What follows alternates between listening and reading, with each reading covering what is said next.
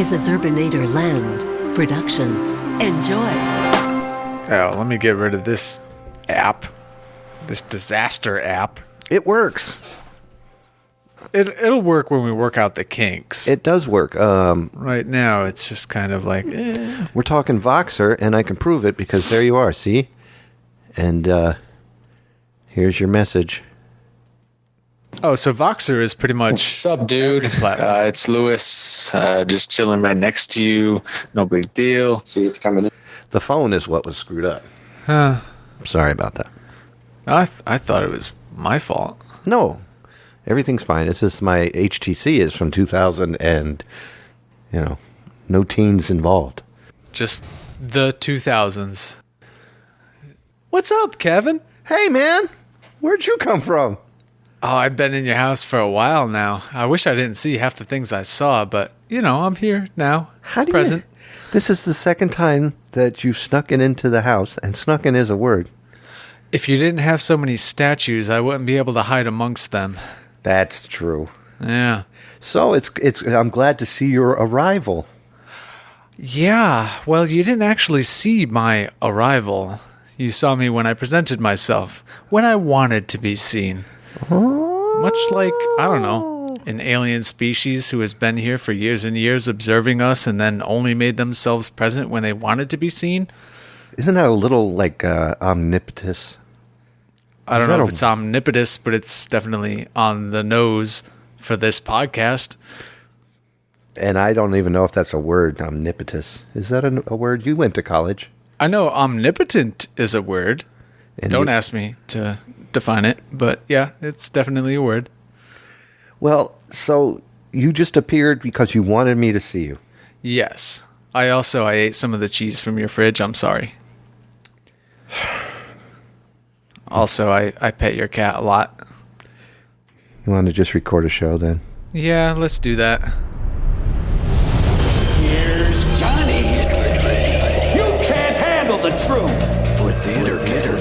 I'm funny how? I mean funny like I'm a clown, I amuse you? With Lewis and Zerb. Get busy living or get busy dying. Get your tickets. I'm Jenny. I'm Forrest Gump. Are you going to plagiarize the whole thing for us? For Theater Cast. Hello and welcome to episode 8 of TheaterCast. This is pre-recorded live right here in the heart of Connecticut in KMAX Studios. Kevin McLaughlin provides us with happiness and joy. Thanks, Kev. Thank you, Kevin, very much. Tonight we will discuss the movie Arrival. So get your tickets, grab your popcorn, take your seats, and get your drinks. Not in that order. For the show is about to begin. How you doing, man? I'm doing all right. It's been a while since we've recorded an episode. It's been a while since we recorded an episode with you. Yeah, it has been. We were both busy for the holiday season. Extremely. We had a lot of stuff to do. And I was recording a lot of music, so I cut out podcasting for like a whole month. You were podcast absent. I was drinking absinthe while I was on absent of podcasting. That explains the holiday record. Yes. That's where it came from. It just arose. It doesn't matter. I was busy too. I had a lot of stuff to do for work, just various different things from scheduling shifts to holiday seasonal hours. I got a lot of overtime, so I got a little extra money in the bank, which is nice. I noticed you're wearing a new jacket.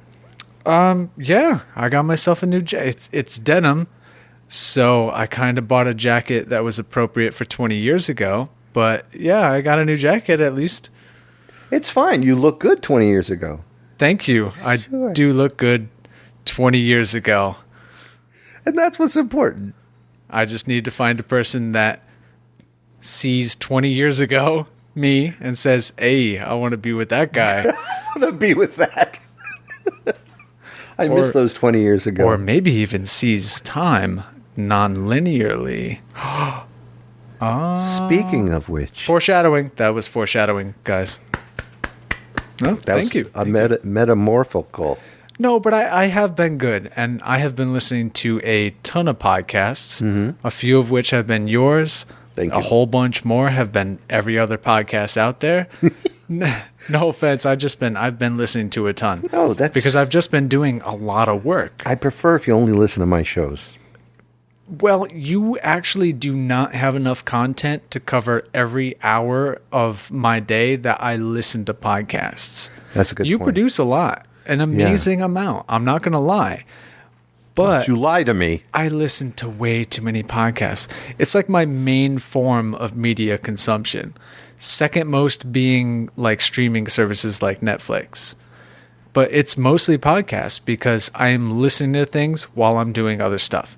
I need my hands to be free and I need to be able to move about. And you can't watch stuff like we don't have the technology yet where you can just beam movies into your mind while you're doing other stuff. That will come. Until that happens, while I'm doing other things, it's all podcasts. While I'm walking, podcasts. While I'm cleaning things, podcasts.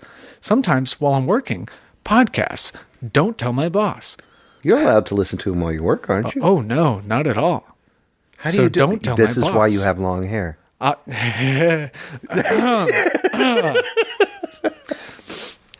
That's definitely not why I wear beanie caps. Let's put it that way. Gotcha. Yeah, so I listen to tons, and I have been nothing but inspired by listening to so many different podcasts, many of which have just been launched in the last month. And You'll have to key me in on some of those because I definitely need some new shows. Oh, I definitely will. I have lists.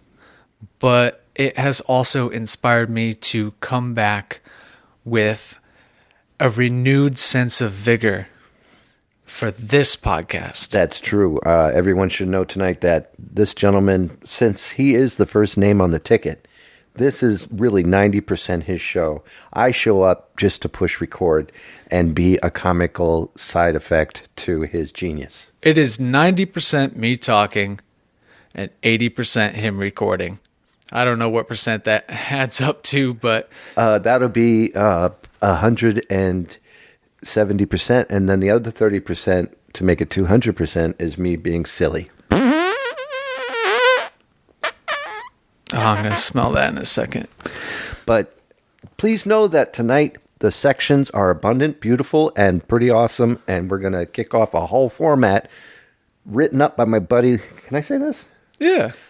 Cut back in. Written up by my buddy Lewis. That's me. To improve the show because it's just been throwing cards in the air and you've been catching them. Now the cards have writing on them. And I also thought to myself, it's now, not to date the podcast, but it is now 2018. It is a new year. 20 years from now, your jacket will be out of style. I would hope 20 years from now, this would be the only jacket people are wearing. And then people will look back at me and be like, man, what a trendsetter. Yeah.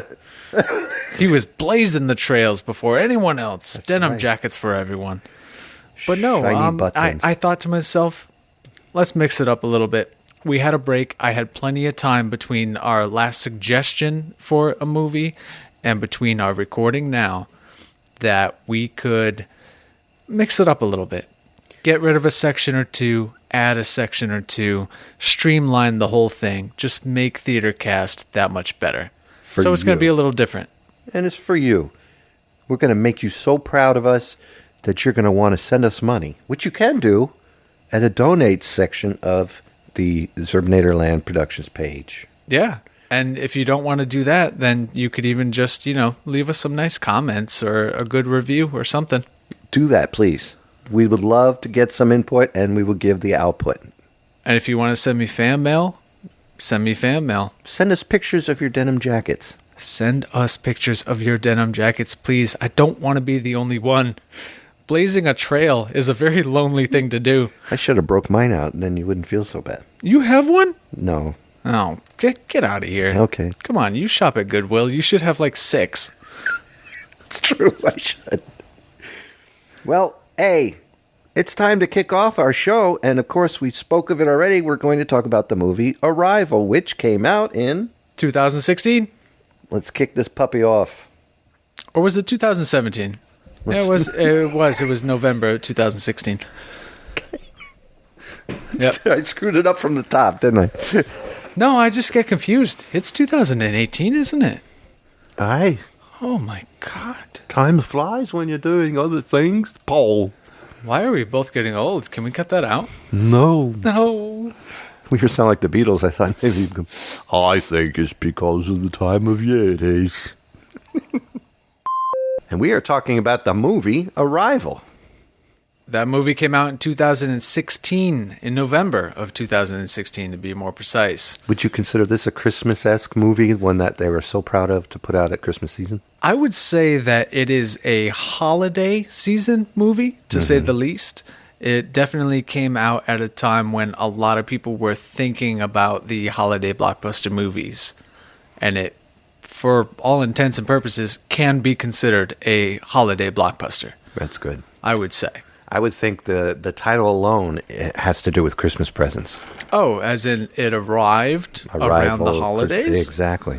Maybe. But I think it has more to do with the arrival of aliens.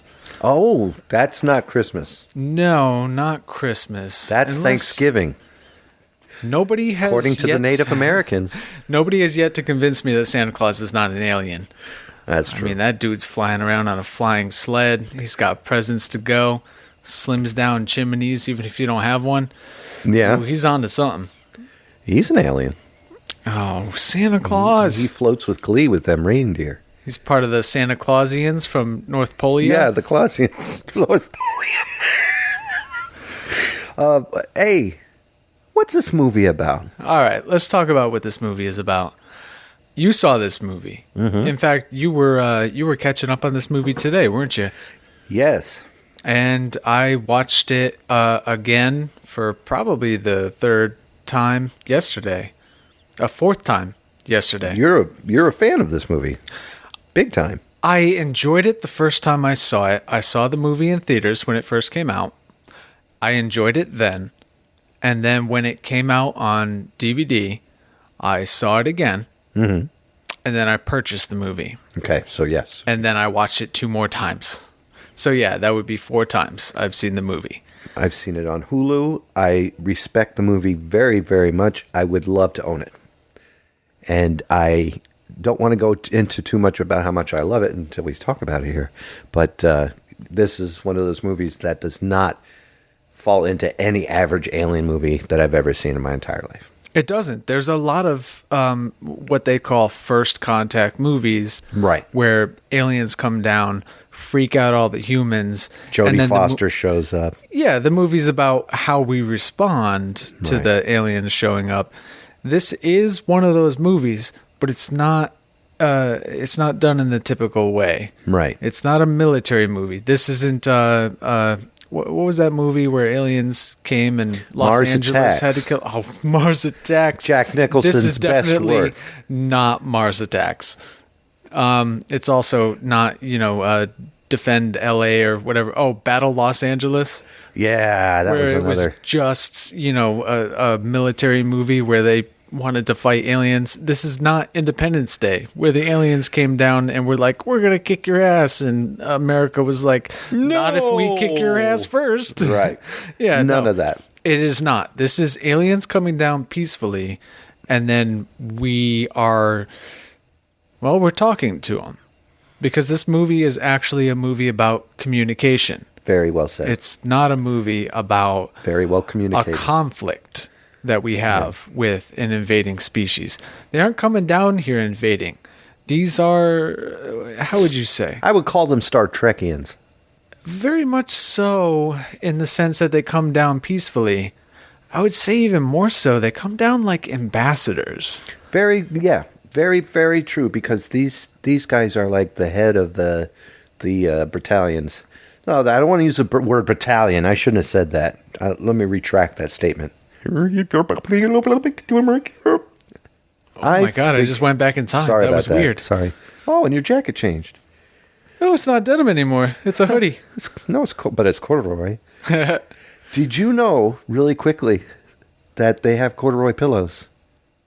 I have seen them. Yeah, they're making headlines. What? Why? Oh, All right. So more like they sent some cool people from their planet to this planet to take care of some business. Am I right, ladies? Yes, they did, as a matter of fact. Well, here's the thing. They send someone down, but this movie does something which a lot of alien invasion movies don't do. They don't explain anything. No. Up front, especially. Eventually, things unravel and you learn more. But right at the beginning, you don't know anything. This is a thriller more than it is any other type of movie. Yeah. You could say it's a sci-fi thriller. The director of the movie called it a dirty sci-fi movie. Oh, that's a weird name for it. Little bit, but it's basically a sci-fi movie that is not so much about the technology. It's not so much about the aliens as it is there's a sci-fi premise and everything is all muddied up. Yeah. Everything is kind of based on the way that we respond to this new, sci-fi threat. Right. And the premise of the movie is really just that these aliens show up. How do we respond to it? How do we discover each other? How do we interact with them? Do we offer them denim jackets? We don't, but we do offer them a lot of things, and they don't know what we're talking about. True. Because there's a communication barrier. And the communication barrier is the thing that becomes the premise of the movie. The main focus. The main focus of the movie. Do you guys understand what we're telling you? What we are telling you is that this movie is a linguist's wet dream. Very cunning, though. Very cunning linguists. A very cunning linguist movie, yes. The main character of the movie, Louise, is a linguist. Yes. She's also a professor at a college. This is I've watched a few documentaries about linguistics, which are very keen on telling you that there is a big difference between linguists and translators. Yeah. Translators, they know two languages, and they can tell you what one thing is in one language when spoken in the first language. But a linguist understands all of the cultural background. They understand the anthropological background. They understand all of the things that go into making that language, not just simply telling you what one thing means in one language as opposed to the other. All the way down to the intricacies of raising your voice, lowering your voice, mood, pitch, all of that. Very early on, the main character, Louise, says she needs to be there. She's talking to the general when he's first saying, like, can you come help us? And she's like, I can't tell you based on an audio clip what they're saying. I need to be there. I need to see them. I need to see how they react. I need to hear them. I can't just, listen to an audio clip and be like, oh yeah, here's what the aliens from outer space are saying. Yeah, because that makes sense. And I had trouble deciphering if she was just trying to get in on this whole thing because, wow, what an opportunity, or is this really her job? And the definition that she gave to what a linguist was quite similar to what you just explained. And she explained the difference between the two.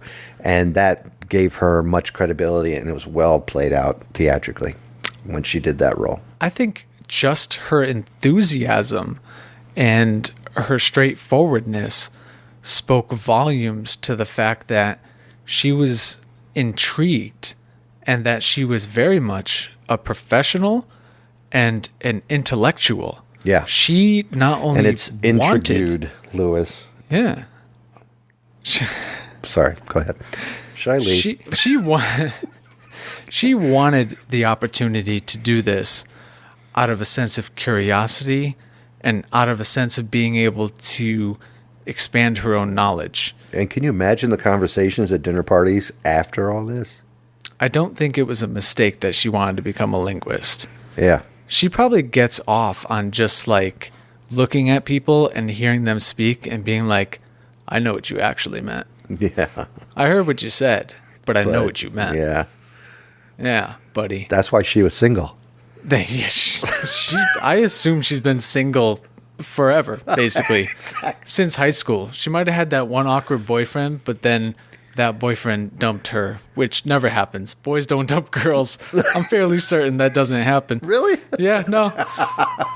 But it happened to her, and she was like, wait, this isn't right. What did I do? Can you say something to me so I can interpret it, please? Yeah, right. And he was like, I'm not playing your game anymore, woman. We I'm will outta not here. play your games. So, long story short, she's a professor. 4 minutes into this movie, the aliens arrive. The actual arrival happens. Yes.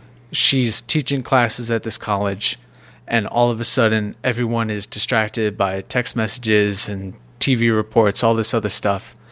And within 15 minutes of the movie, she's already been taken to this base camp. Swooped up by the important people on the this planet. little impromptu tent city at the base of this giant egg-shaped alien craft, which has just landed for no reason at all in Minnesota, and 11 other sites around the world. Yeah, and they looked like giant hard-boiled eggs that were made of granite.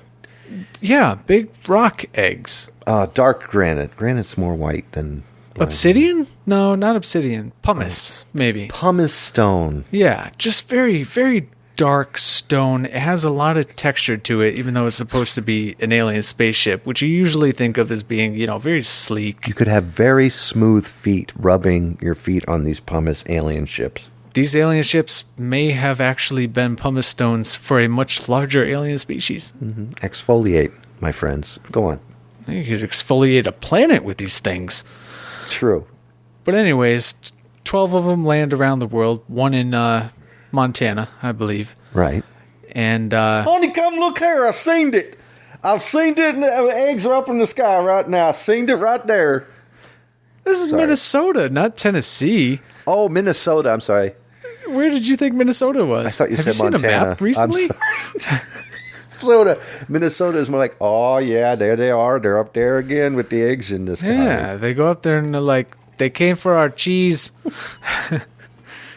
Or our potatoes. They come for our cheese and potatoes, Maud. Close the door. They come down in a very non-threatening way. Yes. That's the first thing that you notice. The only threatening thing that happens is the human reaction to their arrival is looting, panic, the usual military presence, of course. Yeah. Like I said, that little tent city, tent town, pops up just, a few hundred meters away from where this egg-shaped spaceship just hovers above the ground. Because they're special people and they want to go up with them. Well, they probably want to make sure the aliens aren't coming here to just, Independence Day us. Yeah. Yeah. We have enough examples of, aliens coming down here to mess us up in our movies that they're not taking any chances. And that's their upbringing, and they're used to that. So. Sure. But then, they get Luis. They also get this other guy, Ian. He's a physicist. And they're going to be the two lead team members who are going to literally go up in this spaceship. They don't explain how they figure out that they're supposed to go up in the spaceship, but as soon as they go up there, it just seems very obvious. They're supposed to go up in the spaceship. They haven't attacked. They open up this door, and they might as well just throw this giant, 12-foot by 12-foot welcome mat down on the ground and be like, come on in, guys. Hey, how's it going, humans? Come on up. And they do. There's a lot of pomp and circumstance to that first entrance into it. They discover the spaceship is able to, manipulate physics. Yeah. Because when they first go up, gravity suddenly shifts about 90 degrees. Too, in the writing. It's a wonderful job they do. I found out later that physics wasn't supposed to be manipulated in that way, but they realized that once they designed the alien ships to be super long eggs, that it would be ridiculous for people to travel up into an egg and then have to go against gravity all the way up into the main chamber of the egg. So they were like, We'll fix well, what this. if gravity changes? Right. Makes it Oh, brilliant. Then they can just walk that, easy. Without having to float. 300 Or meters or push. whatever Right. into the main chamber. God. Gone. I had a loogie stuck in there for a minute. So yeah, they do this cool thing where physics change within the egg. Gravity shifts 100 or 90 degrees. They can suddenly walk on the walls. Up becomes their horizontal, and Great camera job too on that. A lot of Freaked great me out a camera little jobs. There's a bunch of rotating camera shots, and when they first enter the chamber, they're actually walking on what appears to be the ceiling just to show the type of first entry disorientation that goes into it. Yeah. Bunch of brilliant shots in that first entry scene. I wish I was in the theater to see that and not here on Hulu the first time because, yeah, that was amazing. That would have been nice on the big screen. Goes on a bit long for my liking, though.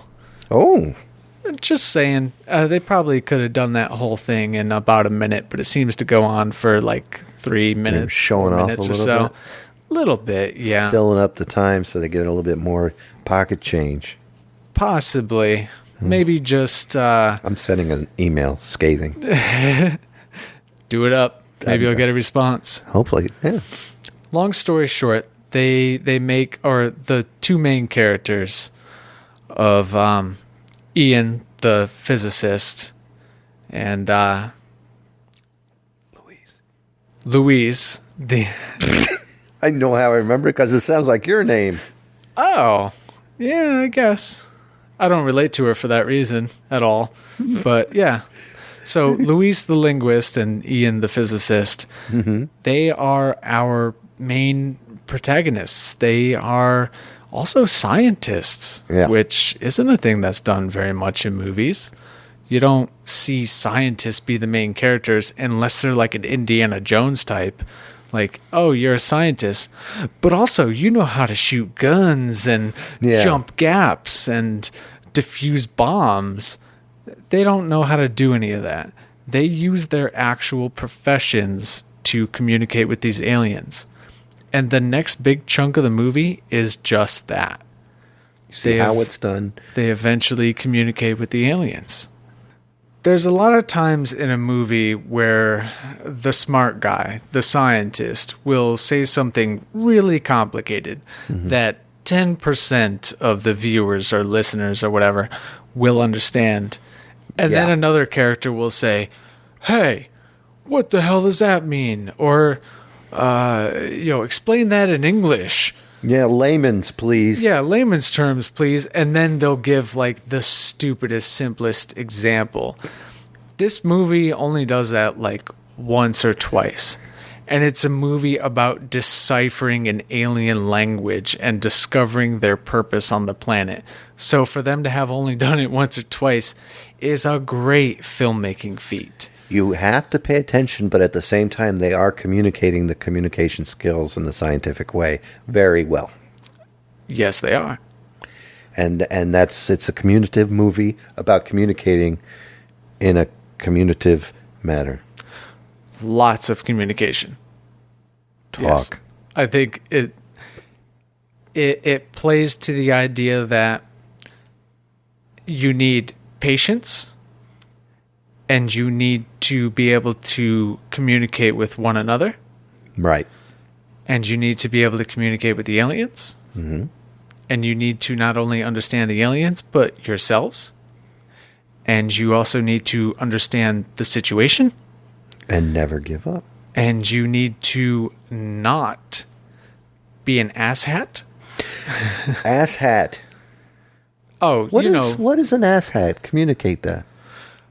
Oh, you know that one guy who's not quite military, he's also not quite a scientist, and he's just kind of there as a representative to the government? And he kept throwing fits. I forget what his screen. character's name is, but he constantly was like just being a naysayer to everything. So like an asshat. Very much like an asshat. That's an asshat. That's an asshat. He was the one who was constantly saying like, oh, you said that they said hi. Well, maybe they meant they want to bomb us all to hell. Oh, God, line. calm down. You know what? Go in the corner. Go in the corner with that other guy. Yeah, the one that said that maybe they want to poison us with anthrax. Yeah, go in the corner with that guy. Play jacks and don't come out until one of you loses. He was definitely an antagonist in this story because the aliens are they're the ones that came down. They're the ones that started this. Yeah. They came down and they just were like, hey, we're here. Hope you don't freak out too much. So you would think they would be the antagonists. But they're not the antagonists. They're more like the plot device, and all of the other nations of the planet and all of the people surrounding these very logical thinking scientists, they're actually the antagonists. They're the ones that want to launch the nukes and cut off the other countries and burrow down into the ground and live in bunkers. And as time goes on in the movie, you realize that America itself is not the only one sending scientists into their... The 12 locations were very well spread around the world. Right. And although I did find it kind of interesting that Russia got 2 of them. Yeah, that's to keep them from being pissed. It was on completely opposite sides of Russia, but they still got 2 of them. That's not fair. Not fair. They always get 2 of them.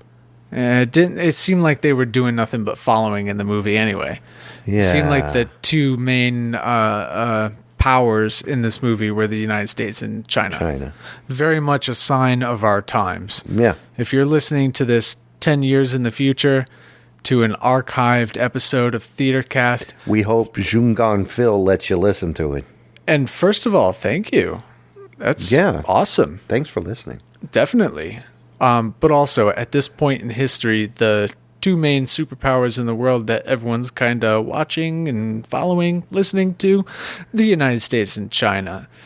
It kind of makes sense that they were chosen as the 2 main driving countries in this. You never hear about, what was one of the other countries? Sierra Leone? Some of the African countries that they just went. There was an African country. Australia, they talked to them a little bit. Gave them a lot of shrimp and Barbies. But also Australia kind of dropped the ball like twice in their communications. At one point, they were like, "Oi, we tried algebra with them. They didn't respond, so we're moving on." What? You tried math with them and it didn't work, and so you're going to try something else? And that would have been, if that was to really be the answer, that would have been so cheesy. Maybe they just didn't understand what the hell you were saying in the first place. Not they didn't understand algebra. They probably understood it and thought, whatever that is in alien talk.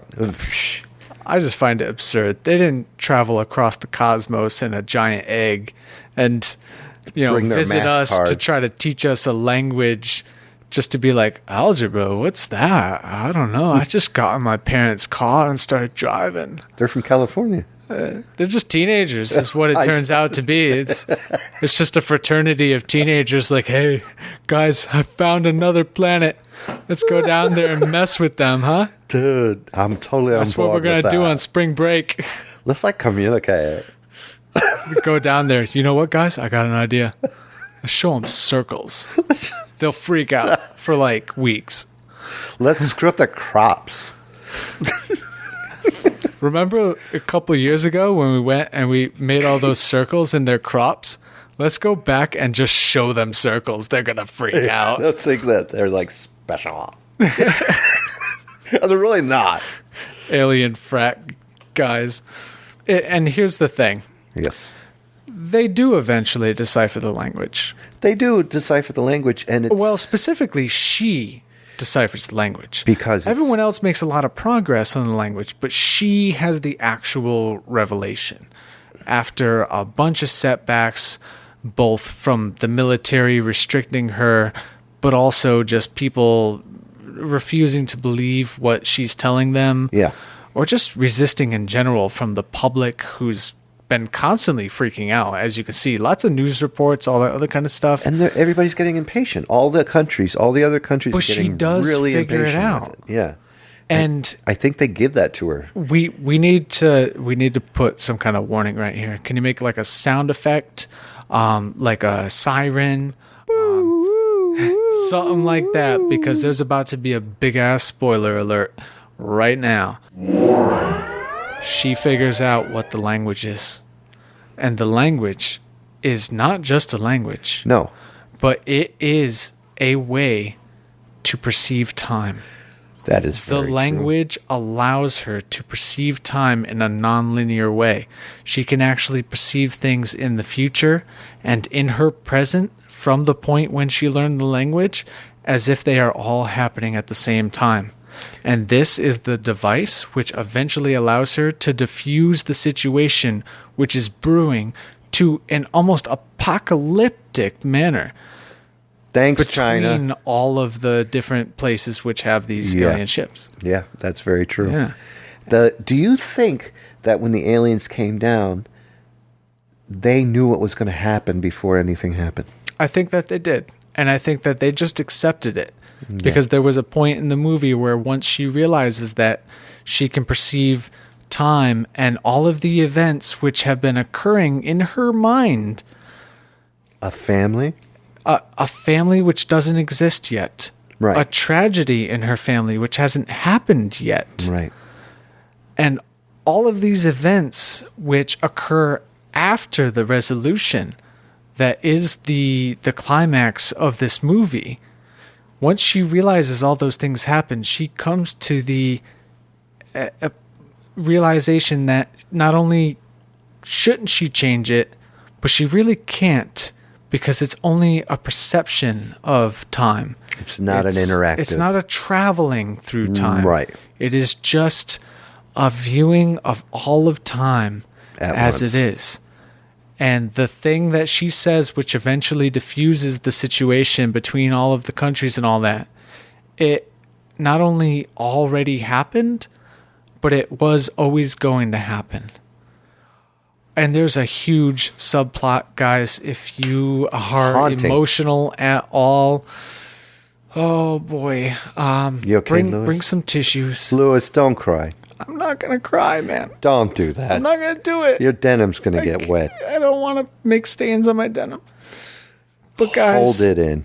she has this whole memory of a life with a child and a husband that she constantly flashes back to. Yeah. Except it's not flashbacks. They're flash forwards. And you don't realize it until most of the way through the movie. And once you do, you might cry too. Oh, gosh. It's Don't do gonna it. happen. Just watch the movie. Just watch the movie, damn I it. can't go on with this here, Woody. Damn it, I can't. You said so much stuff that was so sweet. And I can't hold on myself back from crying out because it was so... So that's what the movie's about. Yeah, watch it. Aliens come to Earth. A linguist deciphers their language, discovers that it has the ability to let her perceive time in a very special way. Yep. And she uses that to basically unify the world. And it works It does work. in a beautiful way, and it makes you wish that we had that now. And there's several points in the movie in which there are things that are said. All right, so Kevin, we get a basic idea about what this movie is about. An alien arrival, the deciphering of a language, the perception of the human mind. Yes. All of that great stuff. But why don't you tell us a few facts about how this movie was actually made? And why don't you start off with who made this movie? This movie was made by none other than the French-Canadian director and writer, Denis Villeneuve. I think it's pronounced Denis Villeneuve or something along those Wow. lines. Or Villeneuve. It might be that. Well, he's a villain because it's French. one hell of a movie. So yeah. if you know how to do French accents, just pronounce the name Denis Villeneuve in French. Just do that. Denis Villeneuve. Yeah. Vanilla Nueve. We'll call it that. Sure. Like it almost sounds like an ice cream flavor. It does. It sounds like a white wrapper. Yeah. Denis Vanilla Nueve. Which is the number 7, right? I don't know what it is. In Spanish. He's a French Canadian director and writer, and he was born in 1967. And do you know what films he was known for? The first one that I can think of is Sicario in 2015. You know what the second one I think is? I don't know. Tell me. I would think that would be Prisoners in 2013. Great. Oh, I remember that one. That had Hugh Jackman in it. Yeah, it did have a huge Jackman in it. It did. Oh, here's one of my favorites. What's I'm going this? to talk about this one later. Well, more like rant about it. Blade Runner 2049, 2017 movie that just came out not that long ago. Isn't that freaky how we interact with a lot of things and all of a sudden it all matches Because we up? just did Blade Runner. And we just did it. And this is the guy who directed the remake, or not the remake, the sequel. The sequel to yeah, it. basically the 30-year in the making sequel of Blade Runner. Which is amazing. I can't wait to see it. I haven't. You have. I have seen it. I have a feeling it'll show up on our list one day. It's gonna. This was... I'll let you do the writing because I'm about to burp, but hold on. He was born when I was born. Go for it. Who wrote this film? This movie was written by Eric Heiserer, I want to say, or Heiserer. He's a dude born in 1970. My birthday. In America. He's a writer-producer. He wrote for this movie as well as Ours in 2013, Final Destination 5, which was probably one of the better Final Destination movies if you don't count the first. I've got it. And it's one of my favorites. He also wrote A Nightmare on Elm Street. That was the 2010 version. Yeah, but the writing was very good for that film. But the reason I don't like it is Michael Bay should not be touching any films that were ever made previously. He should not be remaking movies? Is that what you're saying? He shouldn't be making movies, period. Oh, all right. Well, that's your opinion. Yeah, I'm finished after Armageddon. He should have just taken a break for quite a while. Ooh, I did like Armageddon. I watched that one not that long I like ago. that one, too. But otherwise, no, I'm sick of him. I just like when they're singing, I'm leaving on a jet plane. Boom. I love that scene. It was so touching. It was. That was another one that made me want to cry. I'm starting to think I'm a little bit of a bitch when I watch movies. Well, Liv Tyler and Amy Adams can make you turn into a bitch because they are. Oh, they can. Yeah. I'm going to drop more tears on future movies, I'm sure. What about the story of your life written by Ted Chiang? Oh, yeah, that was the novella. Ted Chiang wrote a novella called Story of Your Life. It's basically this story, although they modified it greatly and obviously added a bunch to it to make it into this movie, including a lot of, conceptual art because it was a novella, so it wasn't a screenplay or anything like that. I always thought novella was like a hazelnut spread you put on. It's like when someone wants to write a novel, but they're just too lazy to write an actual novel, so they just write a pamphlet of a novel. It's like a storyline. That's a novella. A cliff note. Yeah. If you will. A shortened novel. But no, you know what? I can't even say that because, who was it? Kurt Vonnegut wrote so many novellas. He wrote tons of them. I think he wrote more novellas than he actually wrote actual full novels. Wow. And so many of them were turned into A Scanner Darkly novella. Yeah. Well, he also wrote, oh man, I'm going to blank out now, but I know that there were several movies made within the last 10 to 15 years that were just short stories written by him. And that's it. That's pretty amazing, though, that... So every once in a while, if you write a really compelling, 30 to 80 page, little thing. Sell it. Sell it. Sell the rights. Do it. What about this with Scarlett Johansson's brother who did the soundtrack? Well, I don't know about Scarlett Johansson, but this dude sure does have a lot of J's and H's in his name. I ain't pronouncing that. I think there's 3 letters that comprise his whole first and last name. Let's see, it's J, H, and N. It's Johan Johansson. Johan Johansson. It sounds that's exactly the way that Lawrence Welk would have said it. Johan Johansson. Johan Johansson. Born in 1969 in Iceland. Famous for this movie along with Cesario, which is about a pizza. It's a Sicilian pizza. Yes. Yeah. And The Theory of Everything from 2014. That I am not familiar with.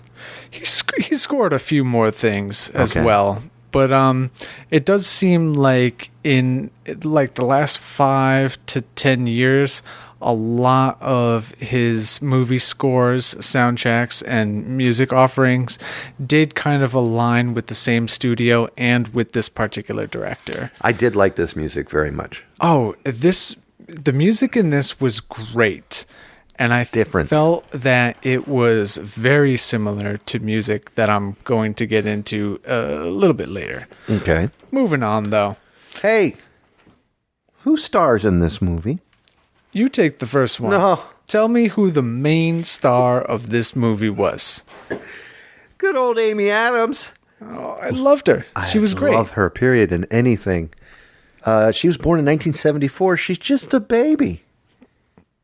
Well, I mean, to me. How do you? Okay, to you, yes. She's only 4 years younger than me. 4 years younger than you? Yeah. Oh, well, she might as well be an infant. She was born in Italy and came to America because of her American parents. I believe their parents, or at least her father, was a serviceman. Really? And that's why they were born in Italy. Yeah. So she has she has American citizenship and all that. I think Right. it was kind of guaranteed to her under, I don't know. Someone probably wrote a bill at some point which says that when a serviceman has a child overseas, They get a passport. they still, they're American still, She is a beautiful lady. She has been in tons of great movies. And TV shows. What TV shows was she in? Oh, God, a bunch, especially early on in her career. She Really? started out mostly in TV shows. I'm stupid. I did not know that. Well, she was in a bunch. I'll tell you right now, though, if anyone's listening to this around the time when it's released, you probably recognize her as Lois Lane. Yeah. In the most Great recent Lois Batman Lane. movie reincarnation, or what do you want to call it? Reboot? I would call it... Batman or Superman reboots, for that matter. Yeah, I would call it a collaboration of DC Comics. Well, read them off, why don't you? I sure will. She played Lois Lane in Man of Steel in 2013. Then Batman vs. Superman, Dawn of Justice in 2016. And Justice League, which is 2017. When did Justice League come out? I don't think it has yet, has it? It just came out around sometime in December. Yeah, it's out now, I think, still. Goodness, that got shut down by Star Wars in a heartbeat because Yeah. I haven't seen a commercial yet. Sure did. And a little movie called Big Eyes playing Margaret Keane. That's a very kitschy movie. I would suggest anyone who just has a night when they just want to watch a movie, check it out. It's I've never seen cute, while also being a little bit creepy. I like creepy. Cute and creepy. How can you go wrong? Julie and Julia, is that the one with, I'm going to cook the things with the pan and to make a food in the Julia... Okay, I'm just going to say it's based on a book, and that's it. If you don't know what it is, you probably won't enjoy it, so don't bother. Is that the Cooking Julia? Yeah. Yeah, I think I've seen that movie, and she did do a good job with that. Oh, all right. There you go.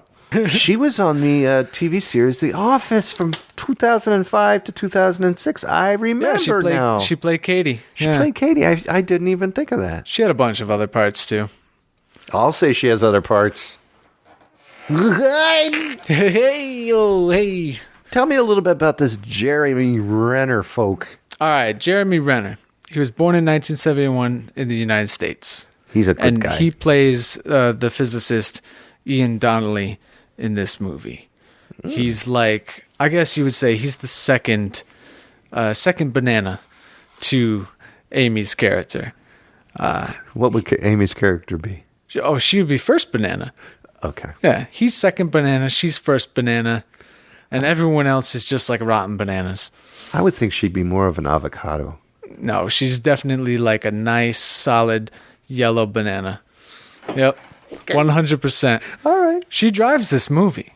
I mean, she is the performance in this movie. That is very true. At So, every yeah. point, in the flashbacks, in the moments, the interactions with the aliens, she runs this movie. Very but true. Jeremy Renner, in a refreshing role, thank goodness, plays Ian Donnelly. He is the physicist who is her like scientific counterpart, in this movie. And Jeremy Renner, you'll mention the movies that he's in a moment, but every one of these movies that you're about to mention are all pretty much in the same realm. So forget what I'm about to say. Now I'll change it. I'll tell you this. I used to have a science teacher named Mr. Donnelly. My 8th grade science teacher was named Mr. Donnelly. Yeah. I don't know what his first name was, but I kind of want to look it up because if his first name was Ian, I got That'd some be emails awesome. to send, and I hope he's still alive. And he saw the movie. All right, so Jeremy Renner, he's known for playing such characters as Hawkeye, a.k.a. Clint Barton, in The Avengers 2012. He's also known as playing Hawkeye, a.k.a. Clint Barton, in The Avengers Age of Ultron 2015. Yeah. He's also known as playing Hawkeye, a.k.a. Clint Barton, in Avengers Infinity War 2018.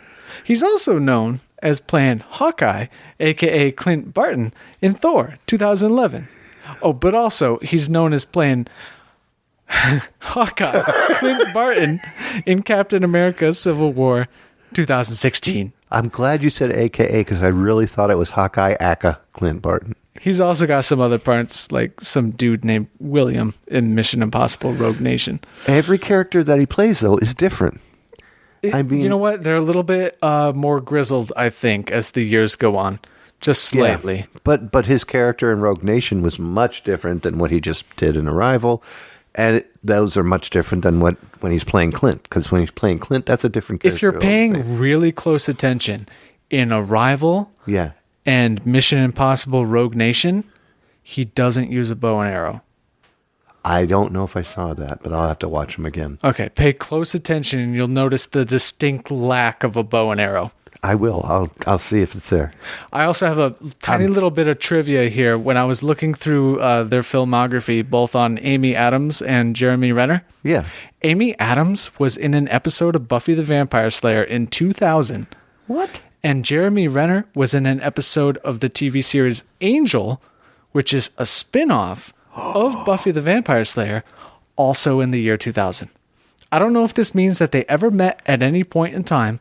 That's and I awesome. didn't go deep enough into research to see like exactly when and in what episodes and when they aired. But I just found that to be a nice little neat connection from, at this point, 17 years ago, 16 or 17 years ago, that they both were working on basically the same intellectual property at the same time. That's like again, we have to go back to your denim jacket 20 years ago. I'm bringing it back, baby! That's what they said when they said, hey, look at this cast. All right, tell me about Third Banana.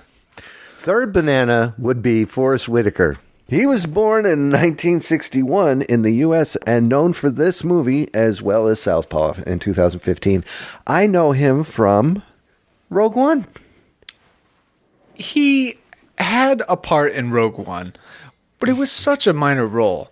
I remember seeing him like 2 or 3 times in the trailer and thinking that he was going to play such an important role in the movie, and he was in there for like 4 minutes.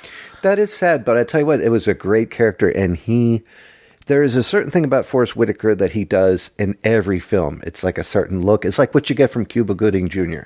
It's that same stiff, he has that stiff lip, Cuba does, and whenever he's acting, he has to put that stiff lip up and goes, I'm not doing it! Yeah, you know what? You're right. Defiance. Yeah, he always has a defiant look. And I guess he was actually playing literally a rebel in that movie. So having that stiff, defiant lip was kind of his character's thing.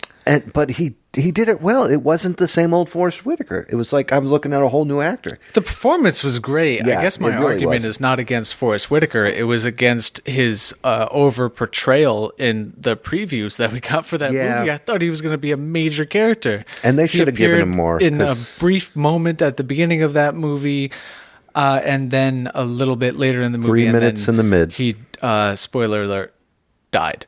He what? Oh, I'm sorry, you didn't see it? He done got blown up. Did he have a bow and arrow? No, he didn't have a bow and arrow. He had tubes coming out of his head or something. Did I don't that lip stem break off? All I know is he was half robot, half he didn't breathing say machine. Afrobot. Nope. He wheezed a little. Yeah. And then he walked up and was like, yeah, I think I'm about ready to die now. And he died. Took it like a man. Yep.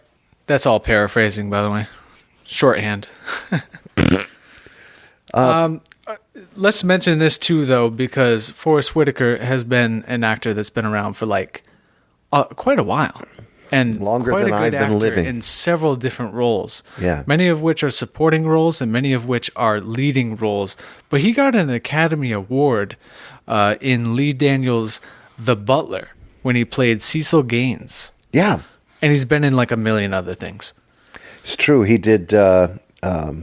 He played Tick Willis in The Last King to Scotland in 2006. Oh, I'm sorry. That's the one that he got the Academy Award in. Well, he also got an Academy Award for The Butler, didn't he? Butler was getting awards. I'm not left sure. and He right. might have gotten a nomination for that one. But he definitely got an actual Academy Award win in The Last King of Scotland in 2006. Definitely got that And one. he didn't play Tick Willis. It was Tick Willis was in Southpaw because I can't read. Yeah, it's all good. He's All right. played so many roles at this point. He's Forrest Whitaker in that movie that Forrest Whitaker was in. I saw that. Yeah. Did The you one see with Forrest Whitaker. Yeah, Forrest Whitaker, the movie. Yeah. Yeah, that one. Hey, why don't you do me a favor? I could probably do that. Give me some numbers. All right, I'm just going to read this off because this needs no pomp and circumstance. These are just the numbers that go along with this movie. Okay. All right, it cost $47 million to make. It reached $9.4 million on opening day, $24.1 million opening weekend. Wow. It grossed $100.5 million in the U.S. and Canada and $102.8 million in the foreign box office.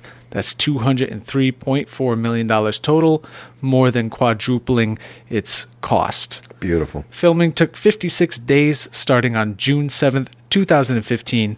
It premiered at the Venice Film Festival on September 1st in 2016, and it was released in theaters on November 11th, 2016. It's 116 minutes long, little under 2 hours. So Great those film. are the numbers that have to do with this movie. It quadrupled its cost, so it made its money back. Yes, it did. Plus, that doesn't even count DVD sales, Blu-rays. rentals from Amazon, all that other stuff. This is purely Streaming box pay. office, movies, that kind of stuff. It is going to make more money through the lifetime of this movie. Hopefully more money because we are telling you to go and watch it. They also get kickback from the pumice eggs that you buy for your feet. And it's also going to get kickback because I'm going to tell you, you should not just watch it once. No. This is actually one of those rare times when I say that you should watch this movie twice. Yeah.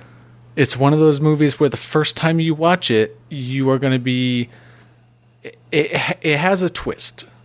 It has something that you don't necessarily see coming. I saw this movie, and I did not see the twist coming. Not until just before it was, implicitly said. Right before that, I got it. Should we mention that? Whereas normally I get it a little bit ahead of time. Yeah, this one sneaks up on you big time. It does. It sneaks up on you. And then it seems so obvious that you kind of have to go back and watch the movie a second time. Right. And I would strongly recommend that you do. Watch the movie twice. Not necessarily even back to back. Watch it once. Digest it. Go to work. Have a meal. Go to sleep. Do whatever it is that you do. And then watch it a few days in the future. And truly appreciate it with the foreknowledge that you've gained from watching it the first time. You will really enjoy this movie the second time. You'll thank him. I don't know about a third time. I watched it 4 times, but that's only because I'm going to do a podcast on it. So that's why I watched it 4 times. Should they be wearing denim when they watch the show? Only if you're cold. Good. Yeah. Okay. Or want to look cool while no one's around, like I usually do. Yeah. Yeah. That freaked me out. Mm-hmm. The door just opened on the fridge. Dude, your freezer door just opened. That freaked me out. So I have a question. I probably have an answer. What would you have done different in this film? I enjoyed this movie very much the way that it was told. There aren't a lot of movies which can tell a story that is so out of...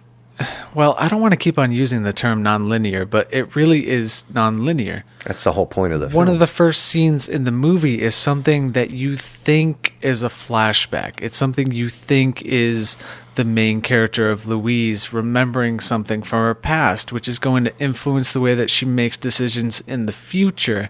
And it's not until later in the movie that you realize that these aren't flashbacks, but they are actually glimpses into the future brought on by her increasing knowledge of this alien language. And I feel like that was done well enough that early in the movie, you want it to be told differently. But then once the movie is complete, you're like, I don't see how it can be done otherwise. Any other way, yeah. I can only see things being added to it. And I maybe would have wanted to see another perspective. Maybe you could have brought a little bit more of Ian's perspective into the movie. Yeah. Because he does seem integral, especially once you realize his role in Louise's life. Maybe you could have brought some of his, perspective into it. Do you think that the romantic part of the film would have been so heartful and touching if he was more integral in the film? Because I don't think so. I feel like there isn't even a romantic part in this movie because it all seems like heartbreak and heartache. It all seems like she's trying to get over a relationship which doesn't exist while simultaneously telling you that they are literally falling in love while you're watching the current events of the movie. It's very bipolar, confusing in that way. Yeah, I would not even say bipolar. It's just polar. Yeah. And I want a little bit more from just someone else's perspective. So another... Specifically his, but it could also even be from any other one of the landing sites. Maybe General Shang, because we do get a little bit into his emotions, almost more than we do Ian's. He was one of the Chinese. Yep, he was one of the Chinese. He was, where did they land? I don't even remember. Shangzhou or something. Wherever it landed and he was in control of that site, we learn more about his emotional investment in the future and the past than we do even Ian's. We don't learn anything personal about him except for his connection to Louise. And I feel like we need more than singularly her interaction with her past, her future, her present. I kind of feel like the movie can very easily be left alone at the same time. So if I had to change anything, I would just want to add just a little bit more of someone else's stakes in the game. Forrest Whitaker could have filled that. Even Forrest Whitaker, anyone. Not that captain, though. Not the dickhead that put the bomb out there. Definitely not him. No. He was good the way he was. His wife was freaking out, kind of pressured him into doing something brave. That was done well enough. But someone else that has an emotional or at least significant investment in this whole thing, I would have liked to see their perspective just a little bit more. How about you? What would you like to see done different? I don't think I would change anything. Like you said, the possibility of just not changing anything. And I couldn't change anything in it because of the work that was done teaching you the communication that they had. They did such a good job of the way that the aliens communicated by ink blots. You know what I mean? And the way they communicated, the style of their writing. The writing and the way that they never had to worry about a pen. They never had to worry about a pen. They also were very scary creatures. Yeah. That there were very visceral responses to the creatures at first, but they very quickly became comfortable around them. Immediately. The freaking out of the public was due mostly because people are it was stupid. Due entirely. Well, also they had no information about what was going on. So, and all they were knew already was stupid, and they were even more stupid. There was one particular scene in which they said, leaked footage of the heptapods, or a leaked photo of the heptapods, and they showed the heptapod. That's all the public was getting. You and me, non-linguists, schmoes doing podcasts like we are right now. Yeah. That's what we would know. She got in contact, in person interaction with those heptapods. She can be comfortable with them. She can learn from them and interact with them. All we would see was this 7-footed, 19-foot tall monster in a cloud of smoke. With tentacle feet. Of course, we're going to freak out. That's all we saw. And that was like a month into these things having been landed in Montana and Shanghai or wherever the hell. So I would want to see just anyone else's response, because she took it super coolly. And Ian, he kind of followed suit and was like, well, I'm going to do what she's going to do. Because that's going to work. I want to see just anyone else's personal response to it. And if not that, then yeah, just leave it alone. Leave the movie alone. Yeah. Just let it be. I hope you were paying attention when you watched this movie. I was doing pretty well. And ladies and gentlemen, we're about to be triviated. We are about to be trivialized. No, that's not right. Well, regardless, this is the section of the movie where the person that chose the movie quizzes the person that did not choose the movie with 5 questions. How trivial. And then I'm going to give you points at the end. You get 1 point for every correct answer, and you don't get any points for a wrong one. So do your best. Also, I made these hard. Oh. Really hard. Do I get a cookie? I mean, if you want to bake cookies, you can have all the cookies you want, Thank you. I don't have any. So, all right, that's right. Question 1. Where did director... oh, boy. Pronounce this correctly. Denis Villeneuve. Yep. Get the idea for the design of the alien ship. A. Oh, and these are all multiple choice. Thank God. Yes. A. He noticed the curved crescent shape of his large toenail clipping and was inspired to give the ship the same organic shape. You made that up. B. He was inspired by an asteroid named 15 Eunomia, which has a similar shape, and he thought both are menacing things from space.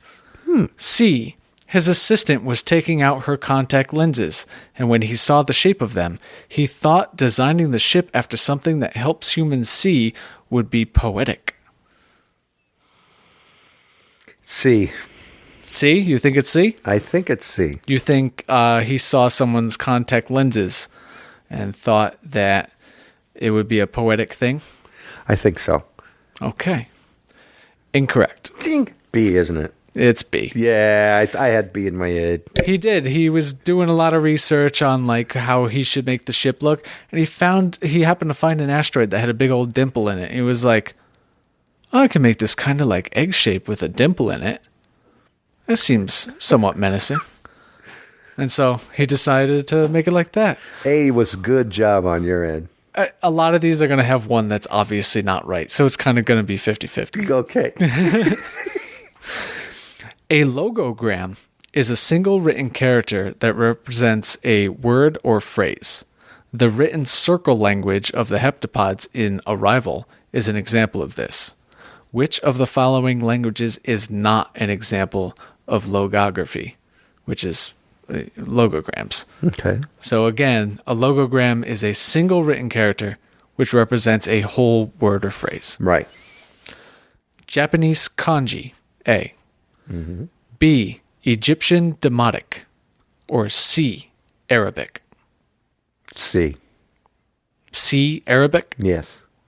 Egyptian demotic, by the way, is like hieroglyphs. Right. Okay. I figured pictures on the wall. All right, you're correct. Ah! C is actually an alphabet. I thought that Arabic was done almost similar to, because some of our words come from... Arabic is a language that relies on phonemes, which are characters which represent sounds and make up whole words. So multiple characters in Arabic make up whole words instead of a single character, such as in hieroglyphs or in Japanese kanji. Question 3. 1 for 1. The director, Denis Villeneuve, and screenwriter Eric Heiserer created a functional alien language dictionary for the movie that had over 100 actual symbols. How many of these symbols were used in the movie? A. 41. B. 71. Or C. 101. I'm going to go with C, 101. So they made over 100, and you think they used about 101? I'm going to take back my answer, C. B. 71. No. A. 41. I'm going to say B. Oh my 71. goodness. All right, well, choose to make up your mind, buddy. C. Okay, C, 101. Is that your final answer? No, it is man. definitely B. Okay. 70. We're going to go with B, which was 71. They all end in 1. Oh, I did that that's on true. purpose to be confusing, which apparently I very much confused you. I don't want to do this. You're correct, it's B. All right, well done. Thank you. 2 for 1. I'm doing Yeah, good. so apparently they made over 100, and they used most of those. They did use most of them. I guess I saw they used about half, so they must have created about 120.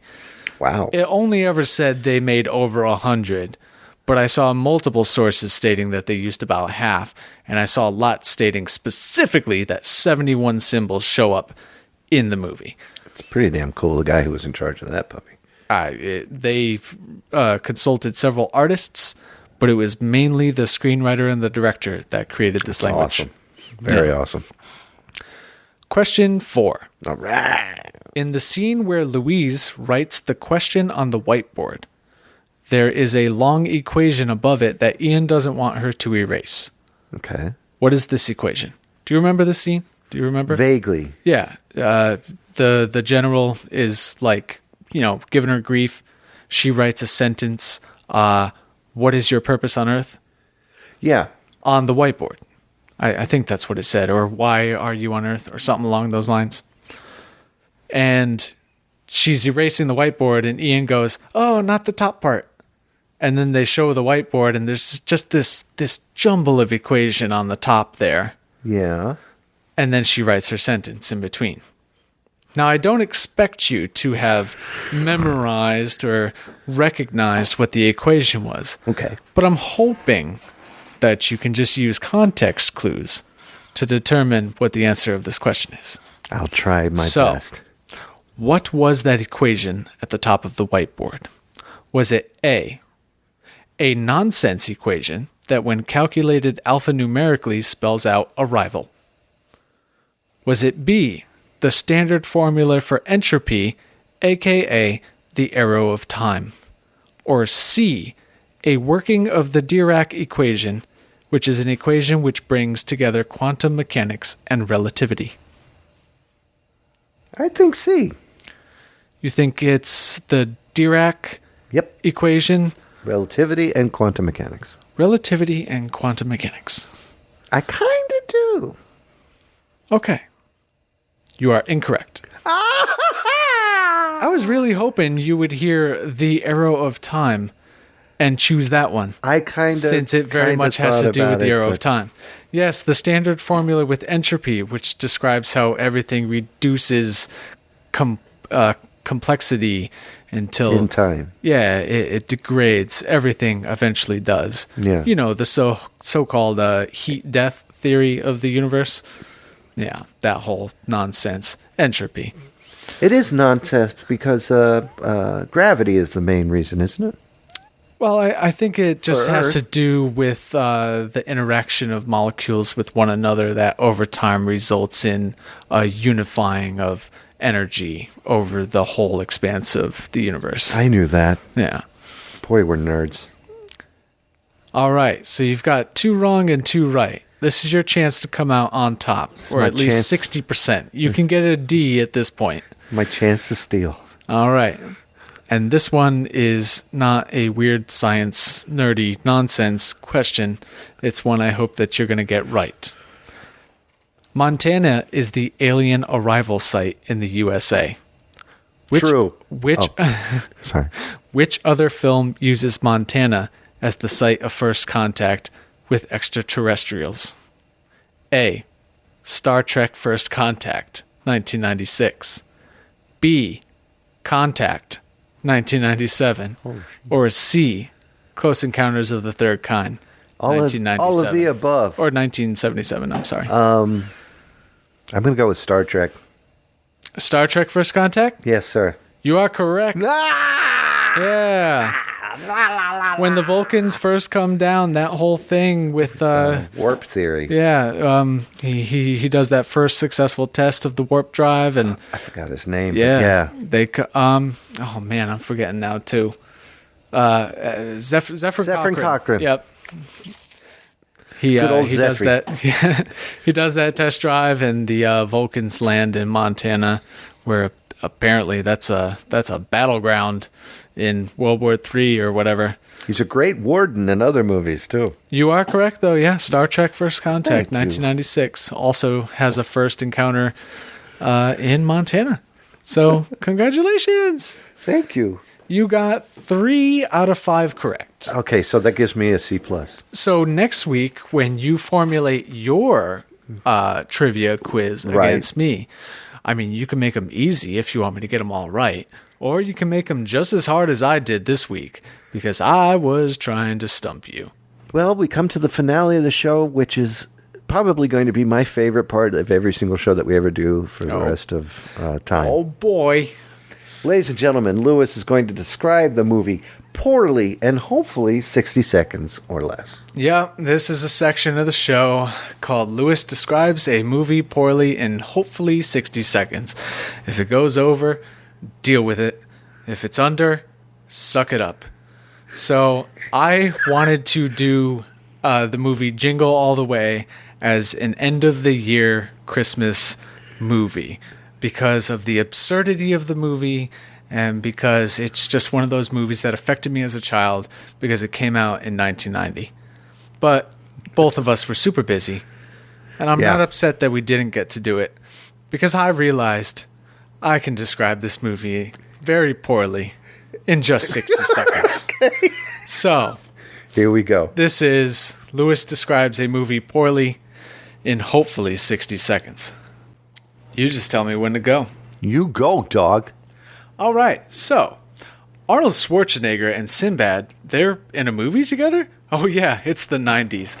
Arnie plays a very American dad with a very American wife and son for a very unrealistic reason until he does a very American thing. He forgets to buy his child the year's hottest Christmas season toy, and then he lies to his wife about not getting it weeks earlier. Classic.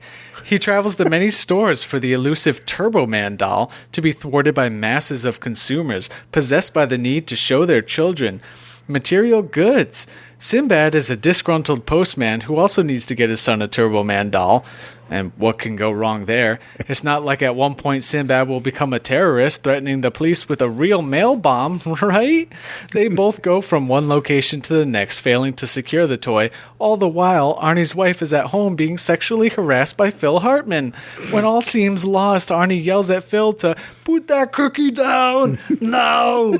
He gets drunk with an actual reindeer and jumps into a children's ball pit while being accused of being a pervert by a mob of violent mothers. If only it wasn't called a children's ball pit, he'd probably be okay. At the end of the movie, after a spree of felonies and moral crimes, Arnold becomes Turbo Man, and flies around the city fighting Sinbad for the prize of a limited edition Turbo Man doll. While he does get it, his child ends up giving it to the desperate Sinbad because his dad has proven to be better than Turbo Man, and he's also apparently super unaware of the value of that limited edition doll. You ungrateful little shit. The end. Time. The next movie that we're going to see. Yeah, tell me, what is it? It's your turn. I'm excited. I would like to see The Departed. This is a Martin Scorsese film. It has good old Leonardo DiCaprio. Yeah.